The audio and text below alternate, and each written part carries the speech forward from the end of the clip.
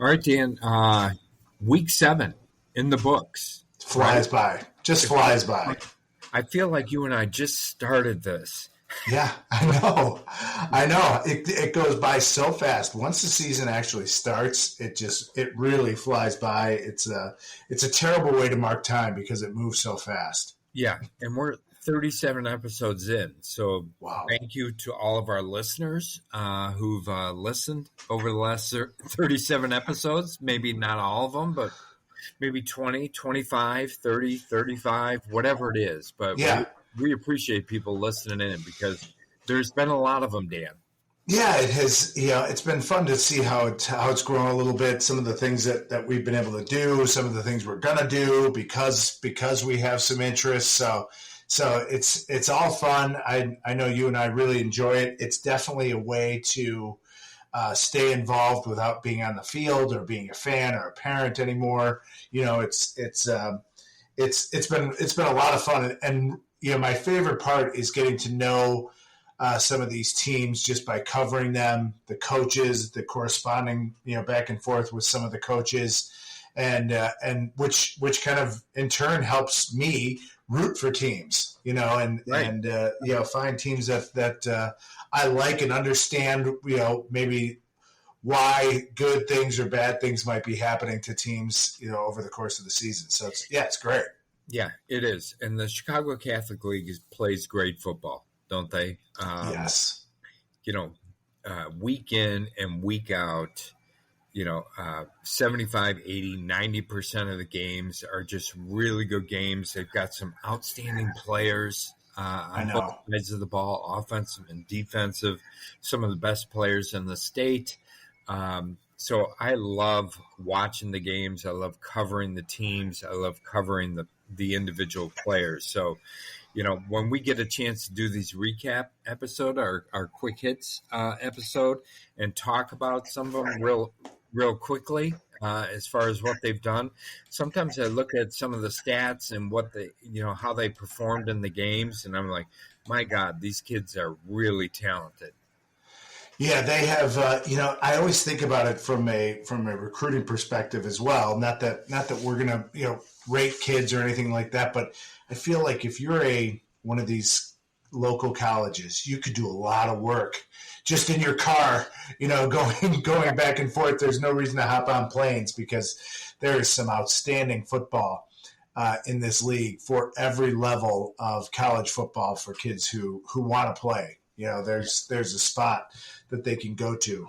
So yeah, it's a great league. It's I like how we kind of thought it might be back and forth a little bit this year. There weren't going to be the team that ran away with it without losing a game and looked like they dominated just week in and week out. It hasn't been like that. There are teams that are getting better. There's teams that have their backs against the wall, that are struggling. BATW. Yep. So it is.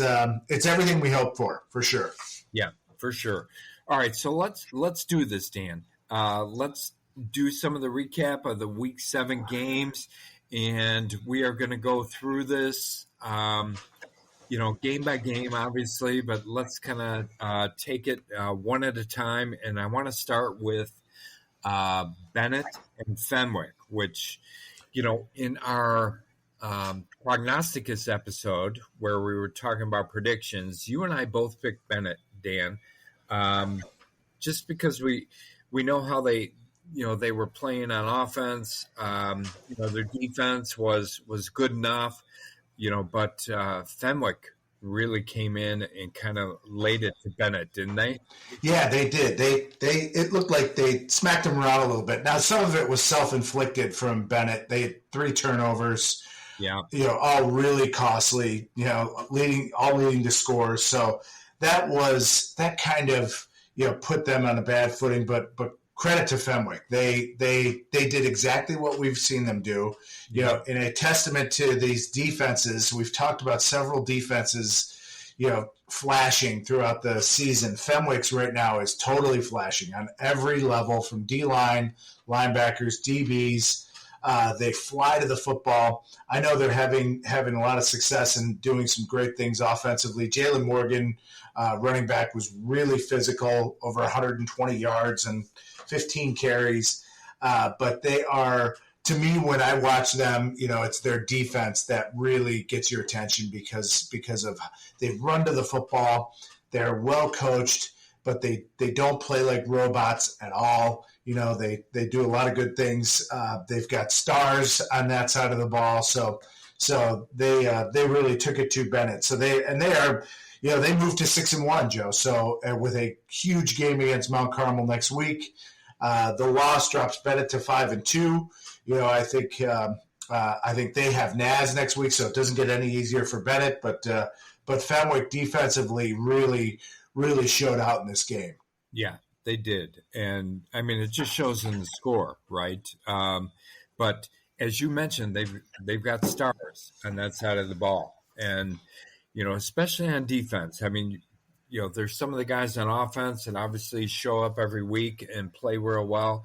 But, their standouts seem to be on the defensive side of the ball, Dan, especially with Nate Marshall.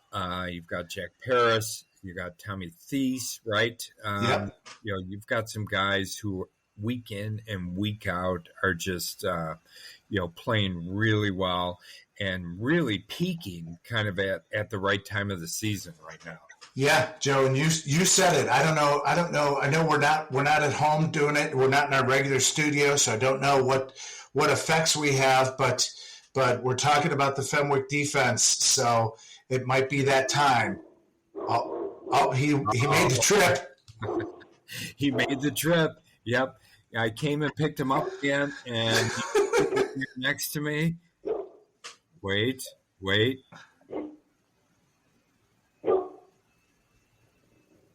Yeah. There he is. There it is. Yeah, Joe. So the Fenwick defense makes me think of the dog pound. You could throw all their guys in it, and so we thought it would make a lot of sense to go from the Bennett Fenwick game to talk about the dog pound, because we've got some worthy people throughout the conference to add to the dog pound before we announce Zuko's dog of the week. So this was good timing. So I will get started. I know I have a few from the games that I watched. You have a couple from the games that you watched.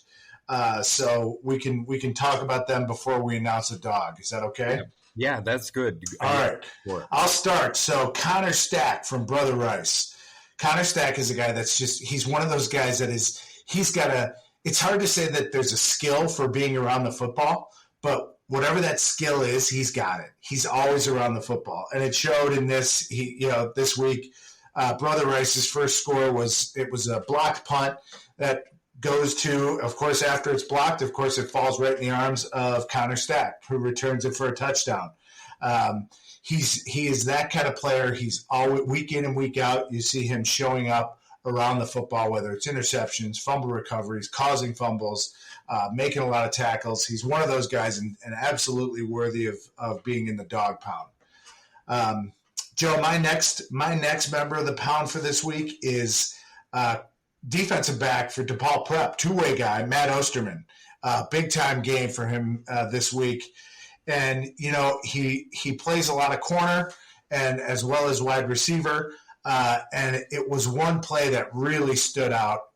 Carmel's driving, and I know we'll get to this game. So Carmel is driving. Trey Taylor drops back on third down, 10 seconds left, throws a beautiful ball into the end zone. The receiver looks like he's got a step on Osterman. Osterman leaps, dives, tips it away at the very last second. Just a big-time play by a big-time player. You talk about the stars showing up. He definitely showed up at that point in time. Really critical play when he needs it. The guy's a leader on that team, makes a ton of plays for DePaul Prep. So I wanted to make sure that he was in the dog pound, even though he does most of his damage offensively. Worthy of a dog pound mention this week, Joe. Okay. I wanted to pass it to you I know you had a few guys that you wanted to add to the pound, so let's hear them. Yeah, a couple of guys, Dan, and I watched the Montini game Montini versus St. Viator. Yeah, Montini defense was outstanding in this game again. Dan, there were probably 3, 4, 5 guys worthy of the dog pound, but um, I'm going to talk about Santino Tenuta. He's a junior linebacker for Montini. Um, he was all over the field, Dan. You got to give credit to the defensive line for Montini for taking care of the guys up front and letting the linebackers kind of step up and make plays. And Santino Tenuta really took advantage of that. He stepped in front of a pass, picked it off, returned it untouched for a 62-yard touchdown. He was also in on multiple plays. Montini had a couple of stops right at the goal line where Viator was looking to kind of come back in this game. We'll talk about that a little bit later. But, Santino really had an outstanding game, really kind of stepped up in this. And he's really worthy of being in our dog pound, Dan. Awesome. Yeah. The other was IC linebacker Jalen Banks, who is only a sophomore. Dan, I watched this film and I had to replay it multiple times just to watch this kid play.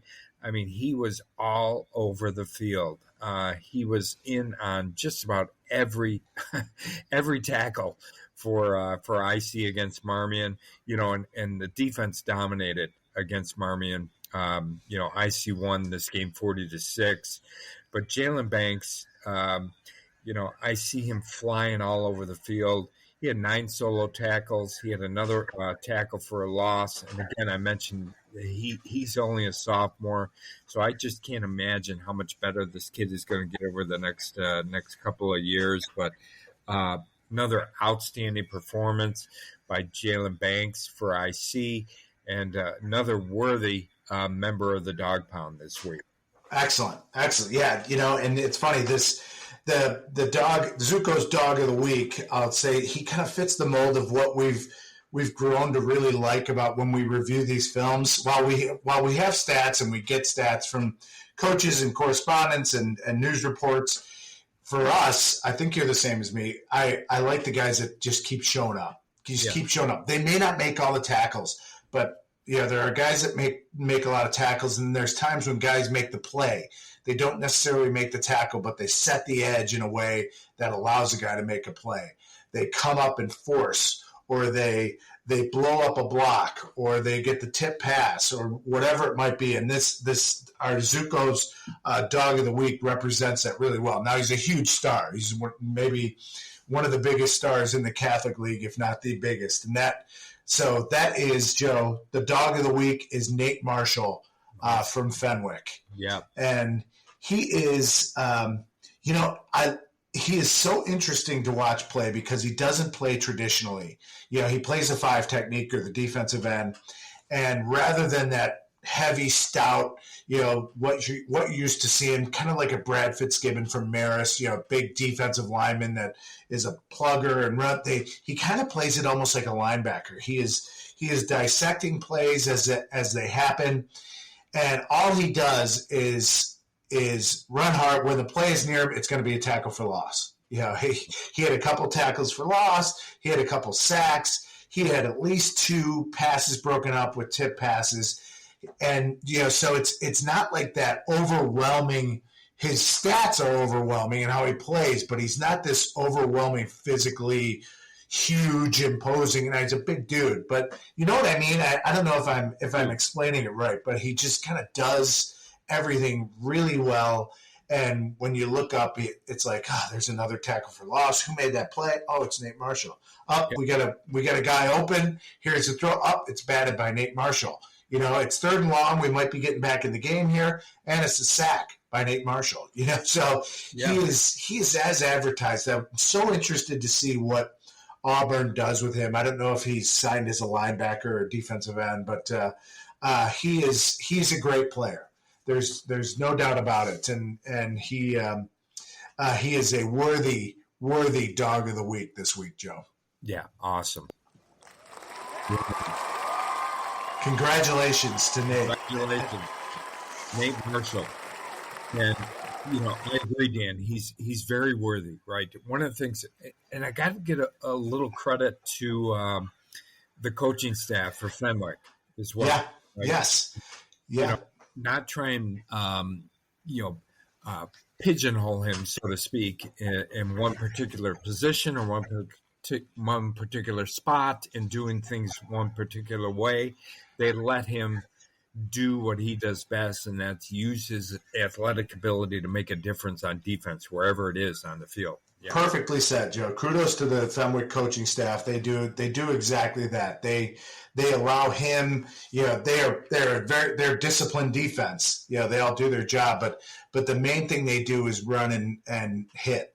And within that scheme, they allow him to have some freedom to make plays, and he does exactly what's asked. So great shout out to the coaches because they definitely are allowing him to play in a way that highlights his abilities. Yes, awesome. So Nate Marshall, our Zuko's Dog of the Week for this week, well deserved, and congratulations.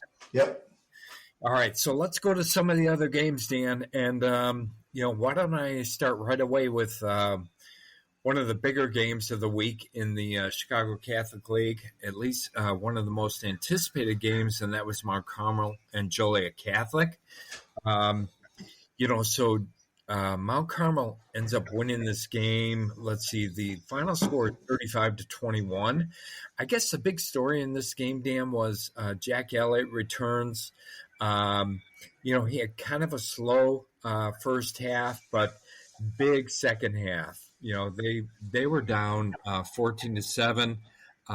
They overcome that in the second half. They scored 28 consecutive points for a 35-21 win over Joliet Catholic.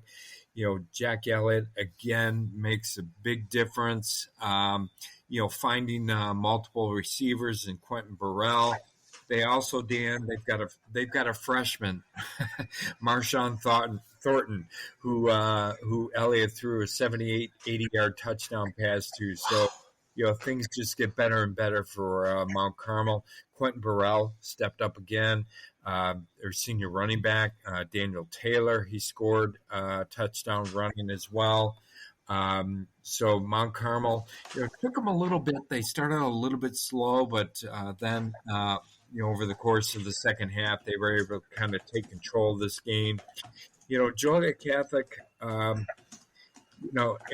we thought, Dan, they tried to control the ball on offense, tried to grind it out a little bit with the running backs, McGreeny and Stringham, and both of them had good games. McGreeny rushed for 115 yards and a touchdown. Stringham had another 88 yards and a touchdown.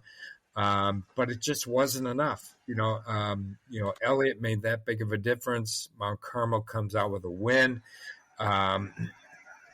Joliet Catholic next week, Dan, they've got the forfeit going against De La Salle.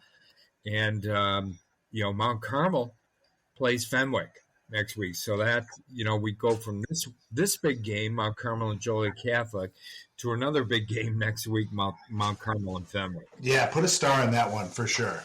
Yeah. All right. So let's see. What game do you want to go to next, Dan? Let's see. I'll stay in that with the Blue Division matchup. So we've got Marist moves to 6-1 by defeating St. Ignatius 37-19. That moves St. Ignatius to 3-4. So it was the flow of this game was interesting because early in the game, St. Ignatius was getting exactly what they wanted. They controlled the time of possession in the first quarter. They scored.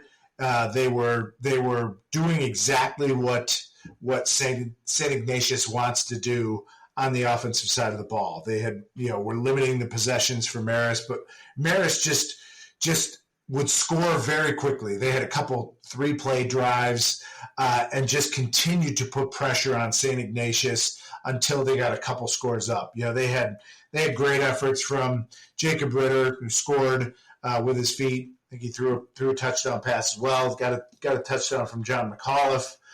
So they opened up that lead, Joe, in the second half, and the game was kind of over as it went into the fourth quarter. So really, really interesting there. Marist is playing very well. They're definitely a team kind of peaking at the right time. And they look really good. St. Ignatius did get strong efforts from Jack Wanzong. The announcing crew during that game, Joe, was saying that he may have something, with throwing motion, but he threw a couple long passes, so he was able to throw. So they were hinting that might not be healthy. They didn't have Liam Hines, one of their best running backs in this game, but they got a really nice day from replacement Jackson Sender.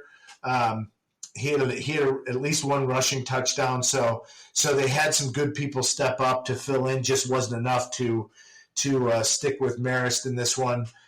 Joe, Marist hosts 4-3 Marmion next week. I don't know. I have to look and see what St. Ignatius. I didn't put it in my notes here. What they do. St. Ignatius goes to. They are at Montini, so that'll be a fun one too. So St. Ignatius is at Montini. St. Ignatius squarely in the BATW category. So they definitely need to try and find a way to get a victory. So that'll be an interesting one to watch next week. Yeah, that will be, Dan. And as it gets down to the last two games of the regular season, there's going to be a lot of interesting games to watch in the Chicago Catholic League for sure. Yeah. Pulling out all the stops. I think it's kind of what you have to do at this point in the season to try and get a victory. You're gonna start seeing guys on some of these teams who are going two ways. The best players may go two ways, even if it's situationally. You'll probably see it a little more than you might. You might see some trick plays, and kind of emptying the playbook sort of thing to make sure you can get to playoff eligibility. Yeah, and we've mentioned backs against the wall, BATW, multiple times. Yeah, it's more and more pronounced, especially this week coming up, because you've got a lot of 3 and 4 teams that only have 2 games left in the regular season now, and it's really coming down to it. So, if we were saying backs against the wall last week, now their backs are really against the wall this week. BARATW. RATW. Backs really against the wall. Yeah. Yeah, that's funny. All right, so let me talk about St. Viator and Montini, Dan. Speaking of the wall, and we mentioned a little bit about Montini with our Zuko's Dog of the Week and the Dog Pound earlier. Some of the players, but Montini, big effort this week on both sides of the ball. They win this game 31-14 over St. Viator.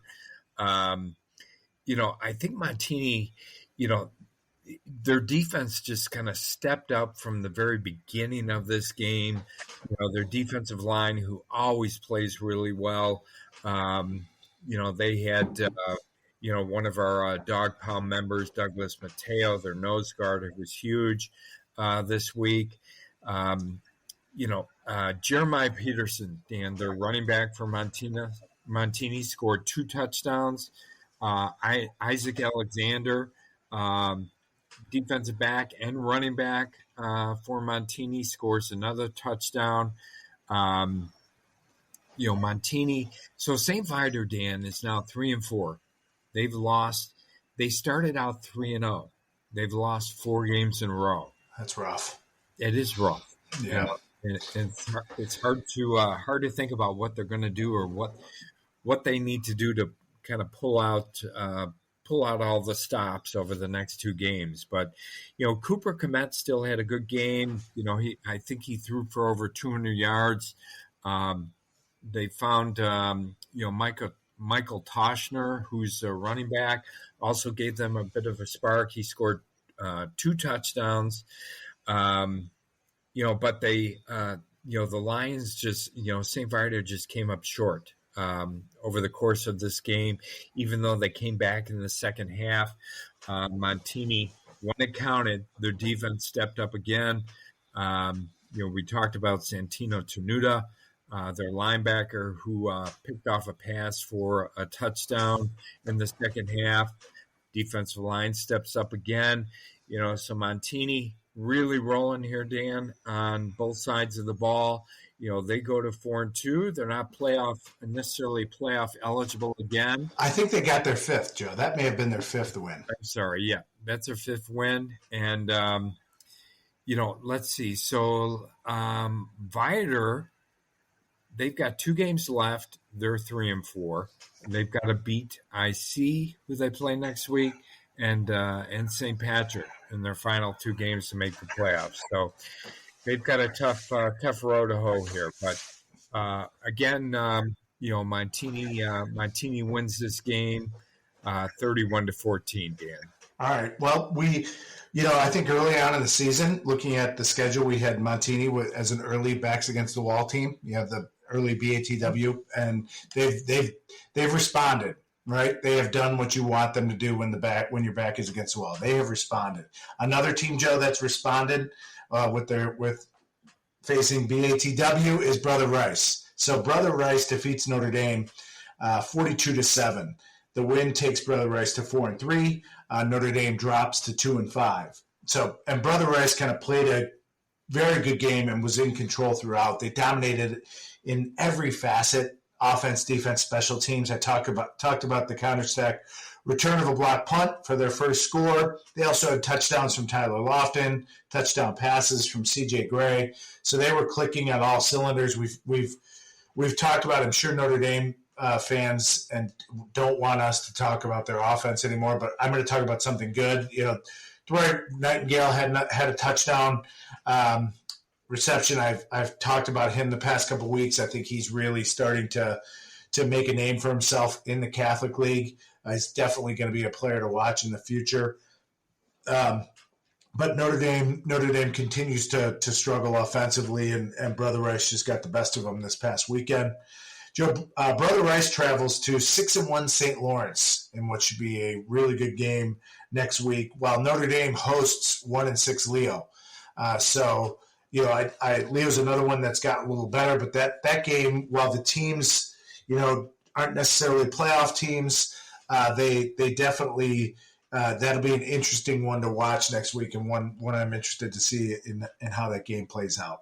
Okay. All right, great. So let's go to Marmion versus IC, Dan. So IC with a much needed win over Marmion this week, and they did it in dominating fashion, 40-6. IC now 3-4, heading into their final 2 regular season games against St. Vida and St. Rita. IC did it on both sides of the ball this week on offense. IC, they had over 180 yards rushing, 3 touchdowns. That was spread out between the quarterback, Will Bright, running backs, KJ Reese, Dom Giolotta, Luke Goggin, and they even got a freshman involved, Dan, and Isaac Barrientos, who's going to be a kid we're going to watch going forward. Will Bright threw for 268 yards as well. Chance Williams, the senior wide receiver, had 174 receiving yards. Dominic Kulak, Notre Dame commit. Is that right, Dan? Yeah, that's right. Yeah, he was all over the field, Dan, not only on defense, but he had 2 touchdowns receiving the ball. And I think he kicked a couple of extra points as well. So. Oh, yeah. Sold hot dogs, too. Sold hot dogs at halftime. Yeah. And as we mentioned, Dawg Pound member Jalen Banks, sophomore linebacker for IC, 9 solo tackles, tackle for loss all over the field. So, pretty dominating win for IC, which is exactly what they needed this week, I think. They're another backs against the wall team. Unfortunately for Marmion, things didn't go well at all. They were only able to put up 6 points, but I think you and I talked about that in our prognosticus episode, Dan, and our predictions that thinking that IC on defense might be a little much for the Marmion offense and the freshman quarterback and all of that.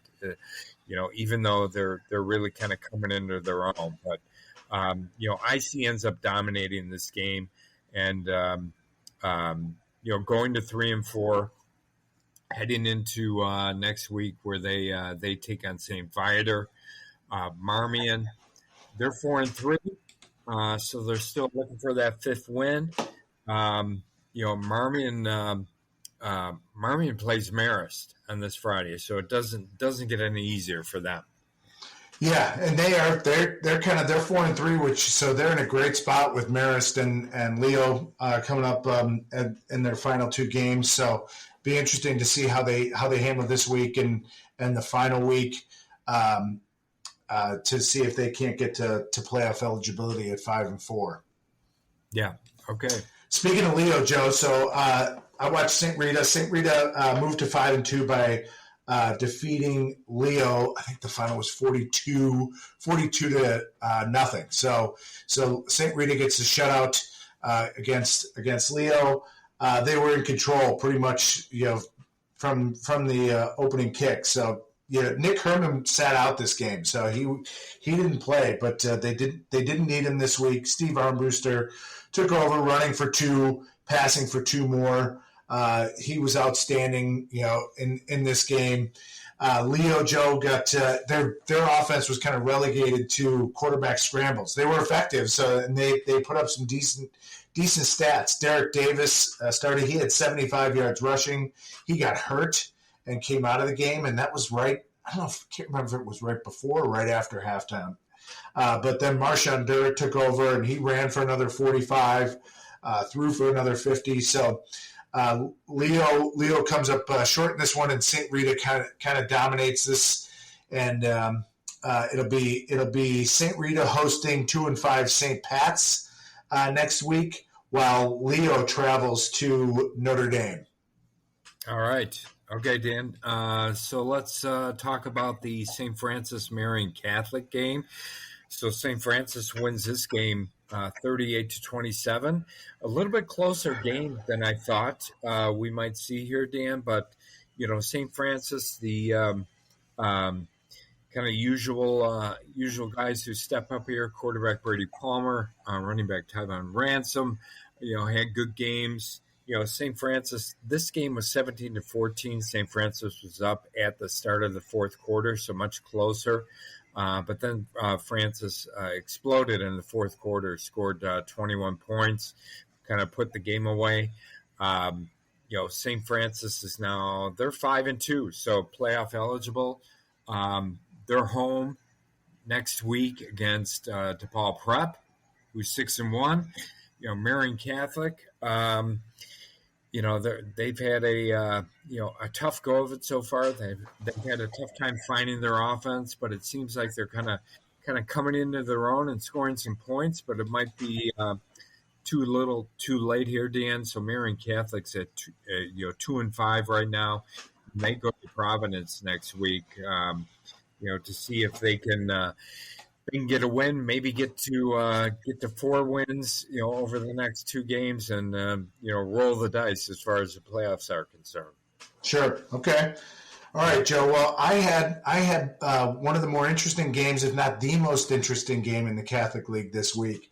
DePaul Prep. So they moved to 6-1 by defeating Carmel Catholic 25-22. This was the best game I watched on Friday. It had a little bit of everything. It had dramatic touchdowns, game-saving passes broken up, a successful onside kick from DePaul Prep to open up the second half. And it was funny. It was kind of the tale of 2 halves. Carmel looked to be in complete control in the first half, opening up. I think it may have been 16-0 at one point. So Carmel opened up that lead in the first half, and DePaul just kind of stormed back, starting with that onside kick. Really gave them the juice that they needed to take them into the victory in the second half. They played very well. Juju Rodriguez and Matt Osterman connected for a touchdown. They were outstanding. They got both teams had good kicking games. So that was, like I said, the game just had a little bit of everything. it ended in really exciting fashion. Talked about in our dog pound discussion. Carmel was driving down. Let's see, it would have been, they were down 25-22. They had an opportunity to score late, looking for another miracle finish like they've had at least once this season.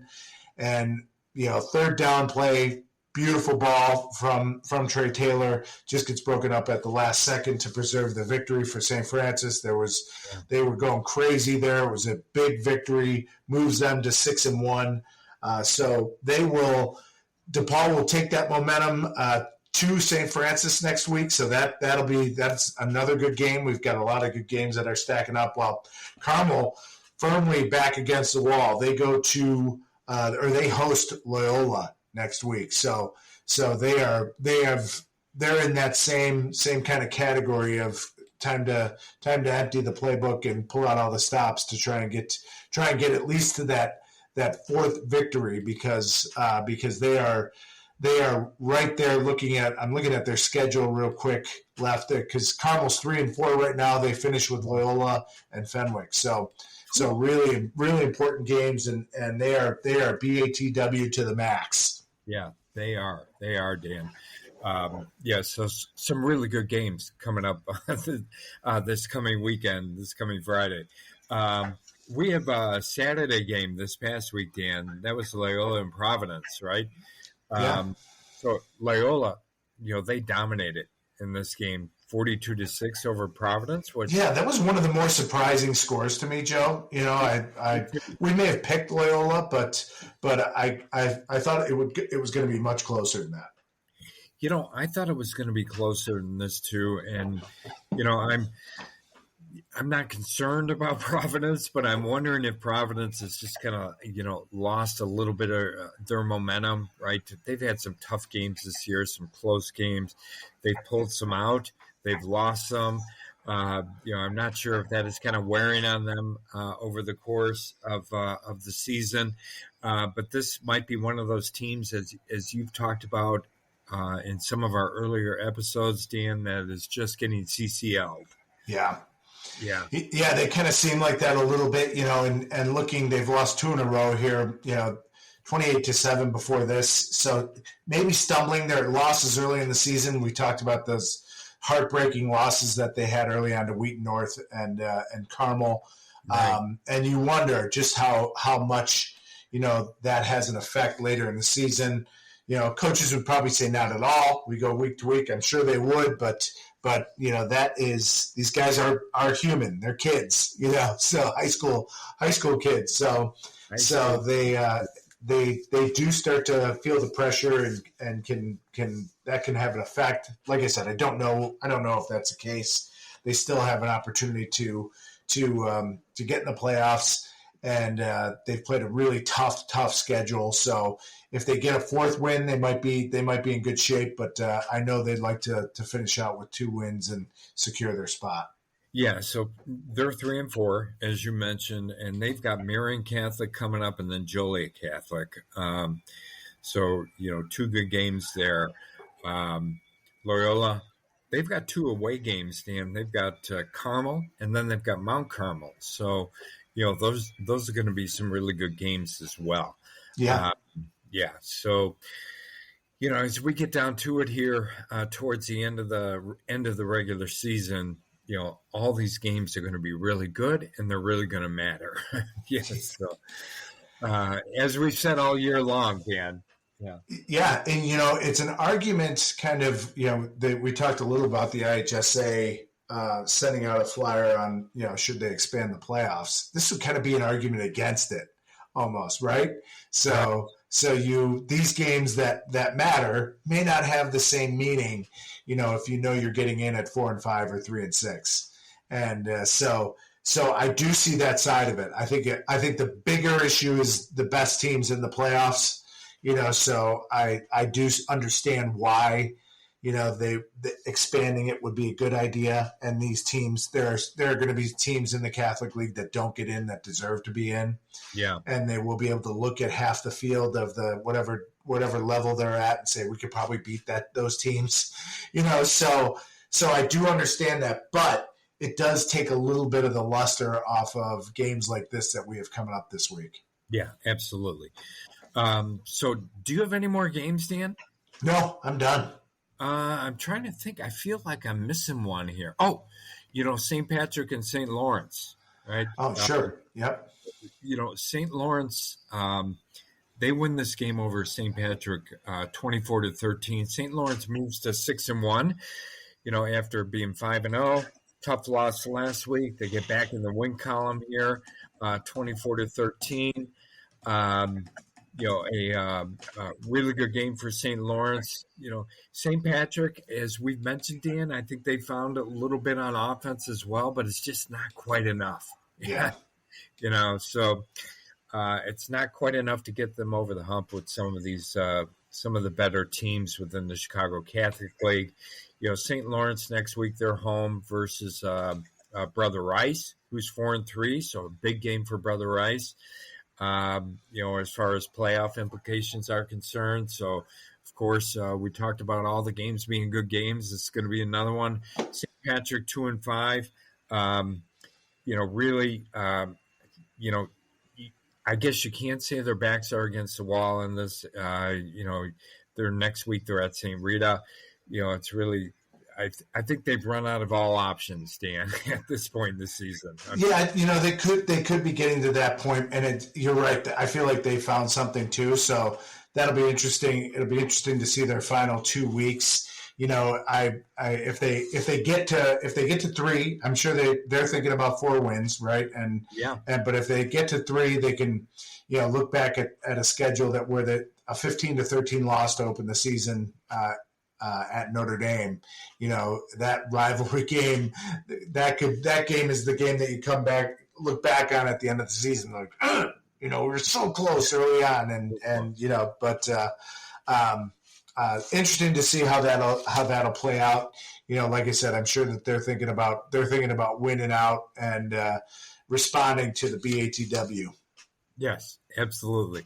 All right, Dan. So one more time,